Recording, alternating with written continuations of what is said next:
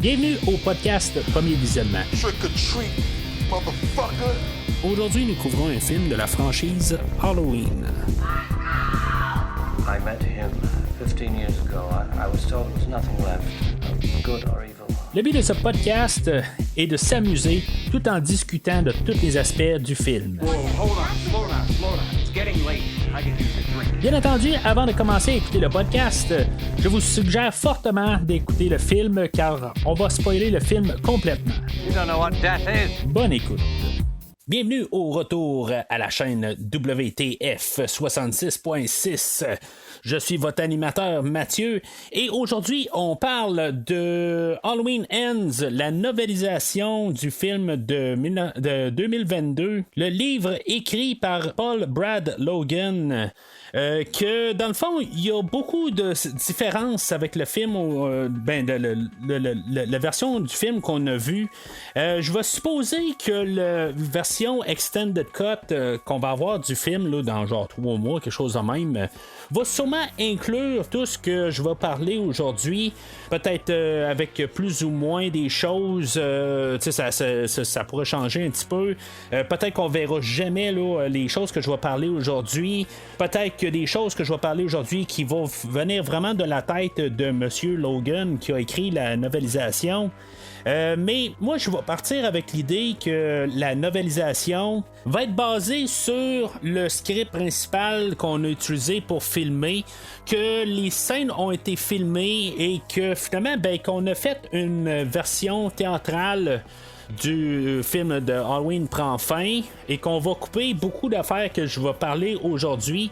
Qu'on va remettre dans le fond dans la version maison, la version Blu-ray, la version DVD. Pour peut-être vendre plus la version à la maison. Faut pas oublier qu'aux États-Unis, on a la version théâtrale et on a une version sur Peacock.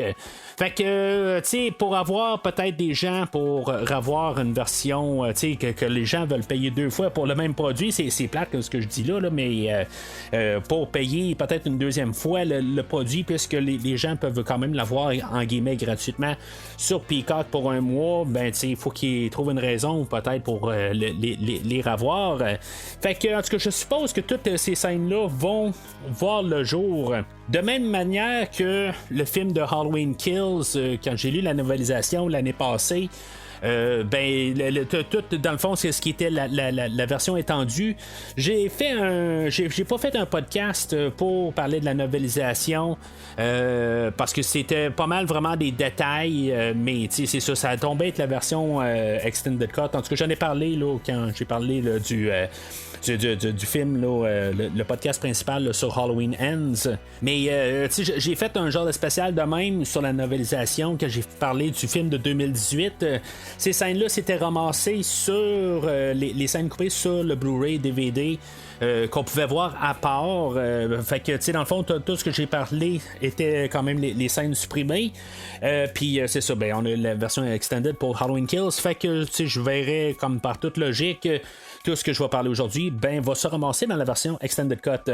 Aujourd'hui, ça va être un simple petit podcast. Là. Il n'y aura pas grand-chose là, de bien majeur. Là. C'est vraiment juste un peu pour replacer un peu les idées. C'est pas une étude approfondie comme que je fais d'habitude. C'est juste comme un podcast bonus. Si des fois c'est votre introduction au podcast, rendez-vous sur premiervisionnement.com. Vous allez pouvoir trouver toute la rétrospective des Halloween et plusieurs autres choses pour si des fois vous êtes intéressé à entendre plus là, sur le podcast. Vous pouvez toujours suivre sur n'importe quelle application là, de podcast là, pour pouvoir regarder le catalogue du podcast, mais en même temps c'est en allant sur le site de premiervisionnement.com, ça va être pas mal plus facile là, pour voir tout ce qui a été fait là, au courant des années. En même temps, vous suivez Premier Visionnement sur les réseaux sociaux, Facebook, Twitter, pour en même temps commenter ce que vous pensez là, dans le fond là, de les scènes d'aujourd'hui.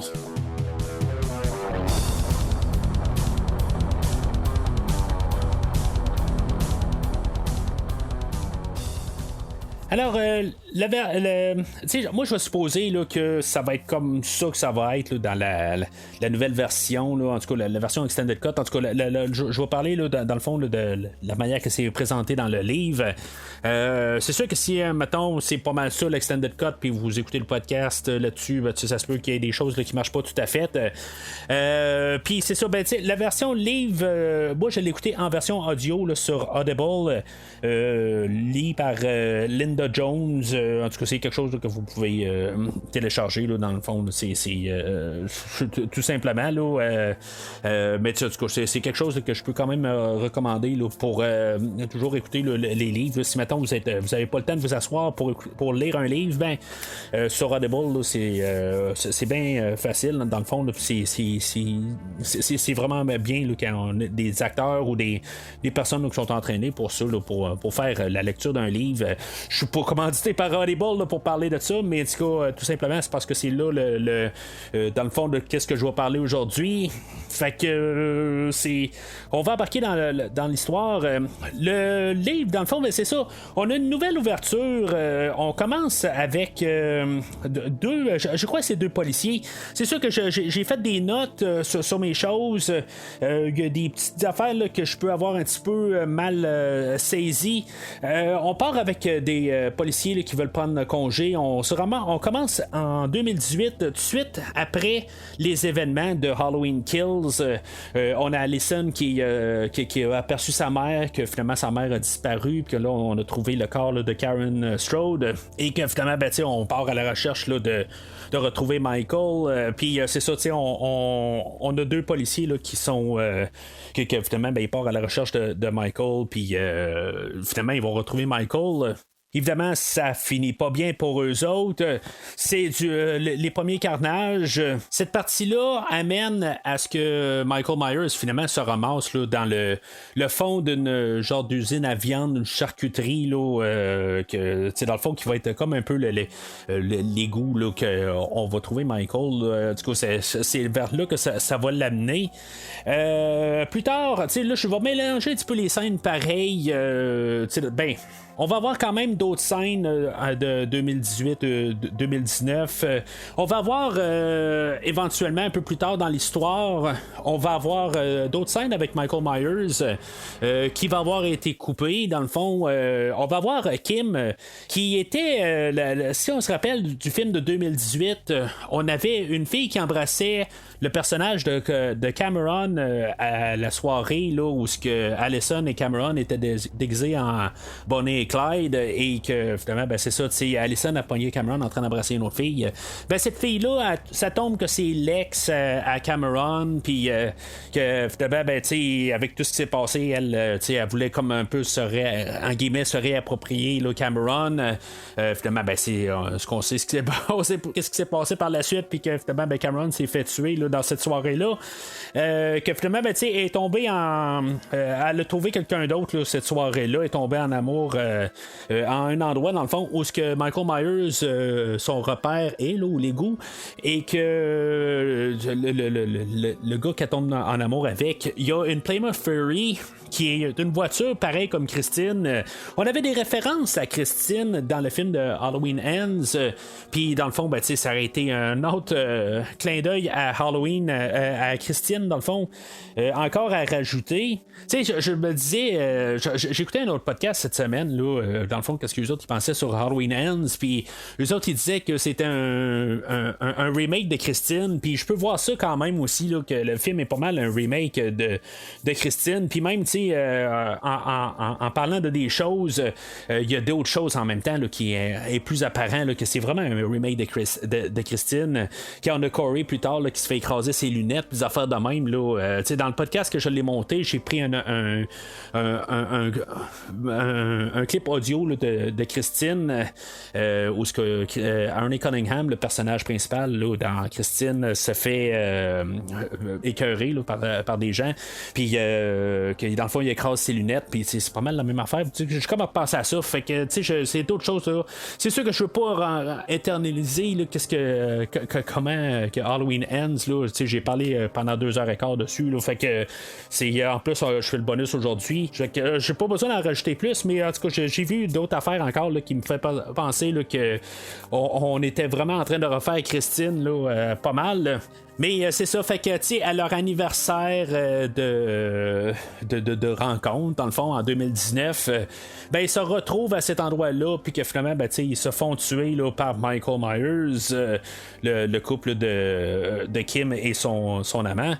Ce qui fait que, tu sais, dans le fond, le film, là, il trouve un peu toute l'étendue de leur univers qu'ils ont fait, puis qu'il tuerait tout le monde, là, que, tu sais, vraiment pour laisser aucune place à des personnages qu'on a déjà vus, puis, tu sais, se dire qu'est-ce qui s'est passé avec ces personnages-là, ben, on les a tués. Plus tard dans l'histoire, on a un père qui kidnappe sa fille, que finalement, ben, il passe pas loin là, de l'égout où que Michael Myers se cache. Et que finalement, ben, on pense que Michael Myers va les tuer, mais que finalement, ben, la fille, elle, est kidnappée là, pour faire du tort à sa mère. Puis finalement, ben, c'est ça. Ça va être un peu là, l'idée là, de Evil Dies Tonight, où Evil se propage, là, ou en tout cas, pas Dies Tonight, là, ça c'était la semaine, ben, la dernière fois. Mais c'est ça que tu sais que dans le fond, le mal court dans les rues là, de Haddonfield. Que finalement, ça va être la petite fille qui va tuer Michael et qu'avec le couteau, ben, elle va le remettre à Michael et Michael va rien faire dans le fond. C'est le genre de scène qui aurait peut-être aidé au film aussi, mais c'est toutes des choses qui ont été coupées que moi je me dis on va se servir de ça pour vendre le DVD, on va dire que plus de Michael Myers dans le film. Ça va probablement refaire avec qu'est-ce qu'on a fait avec Batman v Superman, que la version Extended Cut va être la version ultime à écouter. On va oublier là, la version théâtrale, ça va vraiment être la version de Extended Cut là, qui va être le plus important à voir à cause là, de toutes les scènes là, que Michael revient. Là, j'épargne un peu tous les détails, tout ça. En tout cas, on va voir qu'est-ce qu'ils vont faire parce qu'il y a des petites scènes aussi qui sont un petit peu modifiées, des petits détails. Fait que j'imagine que on fera peut-être pas exactement comme on a fait, là, mais la plupart c'est tous des meurtres au couteau.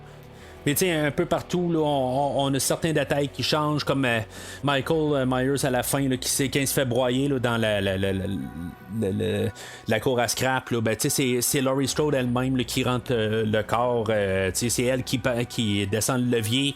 C'est pas Allison comme dans le film. Là. En tout cas, il y a une couple de petits détails de même. C'est sûr qu'il y a toutes des petites touches là, qui sont faites probablement là, pour dans l'univers de l'auteur aussi, là, que il y a le droit à quand même élaborer des choses. Mais on a le droit là, à la scène là, de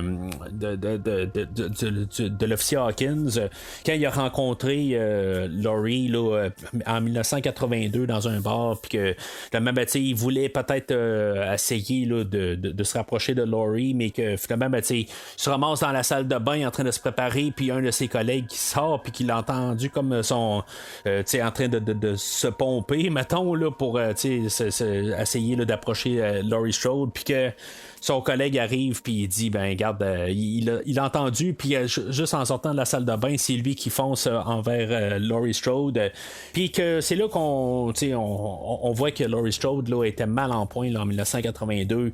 Elvis, son collègue s'appelle, qu'elle va carrément demandé là, d'aller descendre Michael Myers en prison, vraiment de le descendre tout carrément.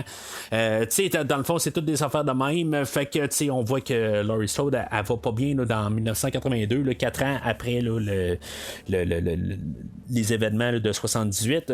Il y a des petites touches de Allison là, qui fouille là, dans des cartes là, qui avaient été écrites par sa grand-mère, puis que pendant qu'elle était jeune, il y a un temps où ce que Laurie Strode, elle avait perdu la garde de Karen Strode quand elle était jeune. Je pense que c'était sa mère à Laurie Strode qui s'occupait de Karen.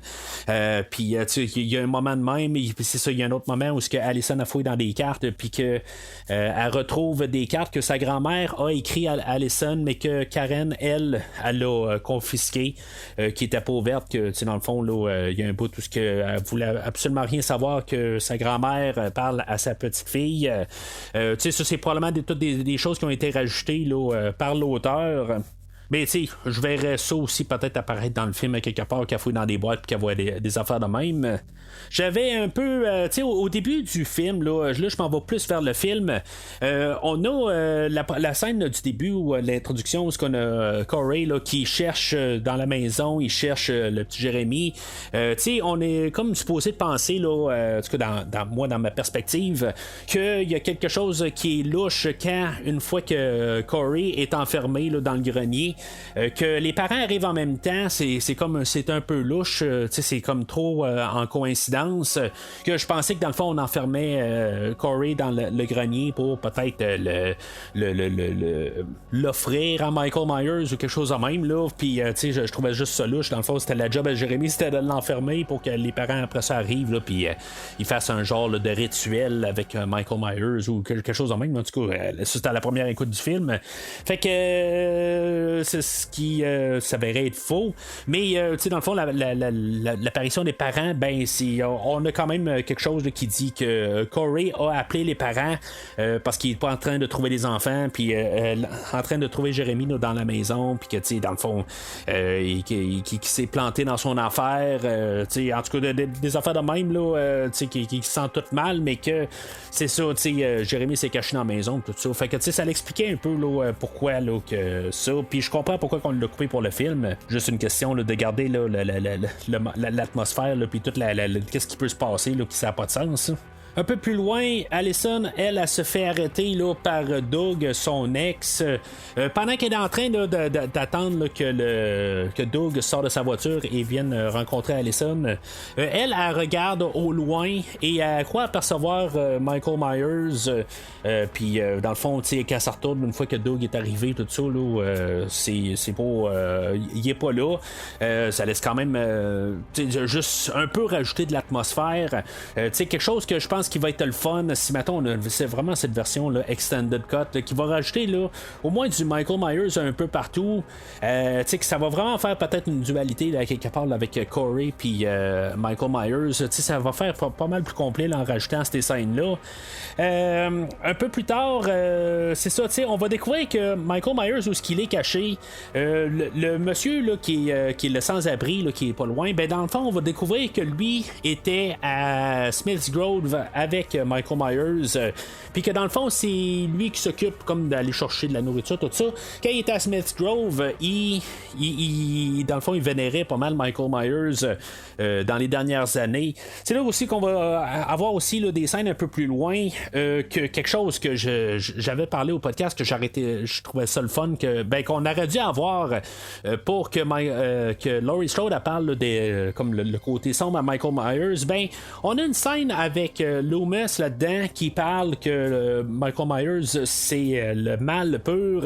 Fait que j'espère qu'on va avoir quand même cette scène-là. Je trouvais que ça manquait dans le film, puis dans le fond de la retrouver dans le livre, dans le fond j'ai quand même bien misé. Quand j'ai vu qu'on avait quand même mis le Dr Loomis là, dans le livre, je me suis dit ça fait du sens à quelque part. Je sentais que c'était coupé là, cette histoire-là. Fait que tout ça explique là, dans le fond la psychose là, de le sans-abri là, qu'on appelle Nelson. Dans le fond on met des noms aussi, ça veut pas dire qu'on va les nommer tout ça, mais ça peut quand même dire qu'on peut les rajouter ces scènes-là là, en flashback, des affaires de même, puis quand même expliquer qu'est-ce qui s'est passé pendant les 4 ans que Michael Myers était dans l'égout. Oui, je comprends qu'il mangeait probablement des rats. Je reste toujours quand même un peu ambigu sur l'idée si mettons il mangeait pas des personnes. J'ai dit ça comme en blague un peu dans le podcast, mais même dans la novélisation il dit qu'il va offrir du monde, tout ça, mais à quelque part il faut qu'il mange quelque chose. C'est pas une question de cannibale ou n'importe quoi, il faut qu'il mange quelque chose aussi, mais là, on y va pas là, qui est cannibale, mais c'est comme ça devient dans une zone grise. Plus tard, c'est ça, on va mettre beaucoup l'emphase là, aussi dans toute l'histoire là, de Corey à la maison, avec sa mère Joan. On en voit beaucoup dans le film comment que sa mère est très possessive envers son garçon. Tu sais, dans le fond, c'est un problème là, qui revient. Là, on va parler de elle étant jeune, que dans le fond, dans sa famille, elle cherchait l'amour de ses parents. Et que même éventuellement, ben, elle avait un petit frère, puis que elle s'est arrangée pour accidentellement, en guillemets, qu'il y ait un accident et qui meurt, dans le fond, qui se fracasse le crâne. En tout cas, c'est quand même assez spécial comme scène. Mais c'est ça, genre d'affaire que je pense peut-être pas qu'on va avoir là, dans le film, mais que qui est peut-être même de l'imagination là, de l'auteur. Mais en tout cas, on peut un peu plus comprendre le personnage, comment que dans le fond, elle a l'emprise là, sur Corey, puis tout ça, comme on a un peu une scène d'introduction aussi un peu plus tard là, dans le film, on saute directement à Laurie Strode et Joan, la mère à Corey, qui jase, mais on a comme un peu le temps d'arriver où ce que Laurie arrive, puis en tout cas il s'insulte un petit peu avant aussi. C'est comme on a un petit peu plus là, dans le fond là, de comment que la conversation avire mal un peu là, on le voit dans le film, mais ça part vraiment encore plus raide là, dans le livre là. Dans le film, c'est ça, éventuellement Corey trouve Michael Myers, en même temps il tombe en amour avec Allison.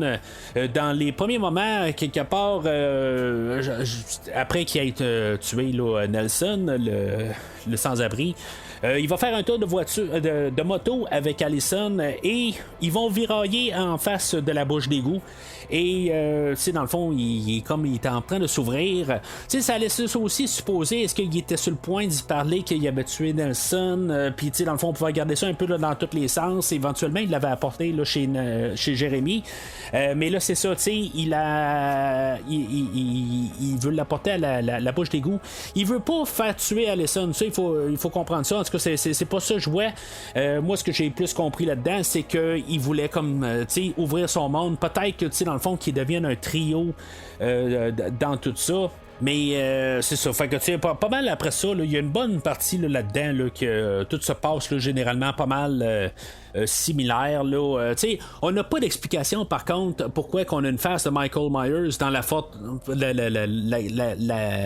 l'égout dans le fond là, pourquoi que sa face est comme sculptée là, dans le mur là. En tout cas j'attendais, j'étais comme tout en train de bien attentif pour essayer là, d'avoir un soupçon. Toute la scène ne se passe pas exactement pareil là, dans ce coin là, mais c'est ça, il y a des affaires là, qui sont un petit peu remaniées là, puis c'est correct à quelque part là, des fois c'est plus simple là, mais s'ils l'ont pris aussi du script, ça se peut que quand ils étaient sur place, ben ils ont juste décidé là, de filmer différemment là, qui était pas exactement là, comme dans le script là, fait que dans le fond le résultat final est pareil là. On va apprendre là, comme à la fin là, dans cette scène là, que Doug lui c'est lui qui a arrêté Corey en 2019, quelque chose qu'on savait pas là, mais en tout cas il y a des petits détails de même là, qui ont passé là, que j'ai pris note, mais c'est sûr qu'un peu partout il y a des petites affaires qui se sont rajoutées, mais c'est rien de vraiment là, important à noter. Lindsay, j'ai peut-être pensé qu'on allait avoir quelque chose de plus avec elle. Il y a un certain bout vers la fin, une fois là, que dans le fond pas mal tout le monde est mort, puis que dans le fond il reste juste l'affront final avec Laurie Strode et Michael Myers et Corey là, bien sûr, que Lindsay elle se ramasse à l'arrière là, de son bar où elle travaille, puis que elle sent qu'il y a quelqu'un là, comme genre qui est pas capable de voir, mais que est à l'arrière, puis elle sent la présence, puis finalement ça se ramasse que c'est un client qui est en train là, d'uriner dans le buisson en arrière là, mais c'est ça, on suppose que peut-être qu'elle va être attaquée, mais c'est ça, dans le fond là, on n'a pas là, d'autres choses là, avec Lindsay, ce qui est un peu dommage là, dans le fond, pourquoi qu'elle a survécu au deuxième film, c'est pas parce qu'elle a survécu qu'il faut la tuer, mais qu'elle ait un peu une raison d'être vraiment là, à part là, de juste tirer les cartes là, comme qu'elle fait là, dans le film. Alors, la raison que j'ai fait un podcast aujourd'hui, la seule raison que je me suis dit que je vais faire un podcast, c'est que si, mettons, on a une fin différente au film, sinon, ben, tu sais, je me suis dit, ça va être juste des scènes à rajouter. C'est sûr que, tu sais, on a l'intro, tout ça, qui va quand même changer beaucoup, puis on a beaucoup de Michael Myers, mais c'est toutes des choses que je peux quand même un peu écrire sur Facebook. Mais la raison pourquoi que je la prends en plus, parce qu'on a une petite fin alternative. C'est une variation sur qu'est-ce qu'on a, mais, tu sais, c'est juste qu'on voit que ça a peut-être été filmé de même, mais quand on l'a monté, on a changé les choses. Le film, je pense qu'il finirait sur un ton différent si, mettons, on l'aurait dans la version livre. J'aime beaucoup la fin de la version livre. Dans le fond, on a pas mal, tu sais, Michael Myers qui se fait déchiqueter, tout ça. Moi, dans le fond, quand on a fini là, dans le film, ben, tu sais, je voyais Laurie Strode qui regardait au loin. Je me suis dit, je sais pas si on va voir quelque chose. Tu sais, dans le fond, je me suis dit, peut-être que ça va finir de même, quelque chose de même, il va peut-être rien avoir, tout ça. Dans le fond, elle se ramasse sur la galerie puis avec Hawkins, tout ça. Finalement, ben, elle rentre dans la maison. Puis finalement, ben, elle va retourner à son bureau là, avec où ce qu'elle écrivait son livre. Elle va tout effacer. Je me rappelle pas dans le livre si elle effaçait tout ce qu'elle a écrit dans le fond, mais elle va ouvrir son tiroir. Elle va avoir le masque de Michael Myers et elle va le regarder. Puis tu sais, elle va même comme regarder là, où ce que les yeux puis tout ça. Puis dans le fond, ça va terminer où ce que on va voir ben, dans le fond la maison de Michael de Laurie Strode et on va entendre respirer dans le fond Laurie Strode dans toute la maison. Tu sais, dans le fond, c'est apporté là, que tu sais, comme genre, si on se promène dans toute la maison, on va entendre Laurie Strode respirer. Pareil comme la fin du film de 78, ça laisse supposer qu'elle a comme, tu sais, qu'elle a incarné, dans le fond, elle a pris la peau de Michael Myers. Ça laisse un peu une chair de poule à la fin. J'imagine que cette version-là finirait avec la tune de John Carpenter, là, la tune thème de Halloween. Je sais pas si ça aurait été nécessairement là, la fin du personnage comme qu'il est décrit dans le film aujourd'hui. Tu sais, dans le fond, et peut-être là, c'est dans Halloween Kills, peut-être que finalement qu'elle serait devenue ce personnage-là, mais là, tu sais, avec une transformation, ça a-tu du sens, elle l'a tué, mais que finalement, ben, que maintenant elle est abritée là, par le mal pur, tu sais, que dans le fond, elle devient Michael Myers. Ça serait sorti un peu de nulle part, un peu d'un côté, mais le fait d'avoir fait son deuil puis tout ça, le gros changement drastique en 4 ans, peut-être que c'est la libération, mais que en bout de ligne, un genre de syndrome de Stockholm, peut-être quelque chose de même là, que finalement ben, c'est comme elle ressent là, que ça manque dans sa vie un peu, peut-être quelque chose de même. Ça aurait été une fin sombre un peu, que dans le fond qui donne pas vraiment plus là, de sortie, que j'aurais pas imaginé Jamie Lee Curtis à revenir là, dans un prochain film là, comme la nouvelle Michael Myers, tout ça. Mais c'est comme c'est une fin que je pense qui aurait été digne un peu là, de toute la franchise. Ça aurait fait quand même une fin assez forte. J'espère qu'on va l'avoir là, dans un extended cut, cette version-là.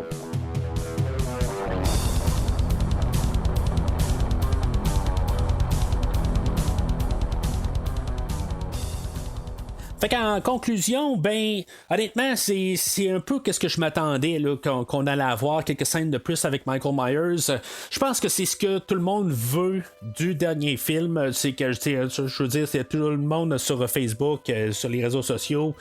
C'est l'attaque de Corey. C'est le film à Corey. Michael Myers est à peine dedans. Je pense qu'on serait servi là, avec les 5-6 meurtres là, que Michael Myers fait dans toute cette version-là. Fait que, tu sais, dans le fond, je veux dire, je pense que je vais vraiment plus endosser cette version-là. C'est que je sens que c'est la version que les gens voulaient voir. Puis je pense que c'est la version que tout le monde va être satisfait à voir. J'espère vraiment qu'on va voir cette version-là. C'est vraiment juste mon espérance. C'est ça qui peut arriver, puis juste nous envoyer un bon doigt d'en face et nous dire que ça existe juste dans le livre, mais que ce montage-là n'a jamais été fait, puis que ces scènes-là n'ont jamais été filmés parce qu'ils savaient qu'ils n'allaient pas les embarquer, mais honnêtement, j'en doute. T'sais, c'est comme j'ai dit au début du podcast, moi je sens qu'on veut avoir une raison pour acheter le Blu-ray, puis que dans le fond, on va bien écrire dessus. Nouvelle introduction et nouvelle conclusion. Puis on va vendre ça comme ça pour essayer là, de vendre le film là, genre en janvier là, 2023. Je sens, ça pue ça. C'était un peu le marketing pour Halloween Kills qui changeait pas grand chose avec la petite scène là, au téléphone avec Michael Myers. Ça restait le même statu quo à la fin. Mais c'est ça. Aujourd'hui, là, j'espère sincèrement là, que là, ça vaut la peine. Ça va changer vraiment le film. Je pense que ça va être phénoménal, honnêtement. Je pense que ça va conclure la trilogie qu'on nous a quand même apportée. C'est sûr que le film va quand même se démarquer. Il faut pas dire que ça va tout changer, mais ça va faire plus un film avec Michael Myers, puis qu'on doit avoir un film avec Michael Myers. C'est tout à fait normal. Puis ça va expliquer un peu ce qui s'est passé quand même dans les 4 ans. Ça explique pas vraiment pourquoi il est quand même resté là pendant les 4 ans. Mais tu sais, c'est ça.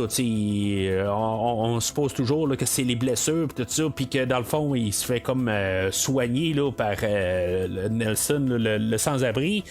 Ça répond pas à toutes les questions, mais au moins ça donne un petit peu plus là, de semblant là, que il y a une connexion avec les 2 films précédents là, dans la trilogie là, de David Gordon Green.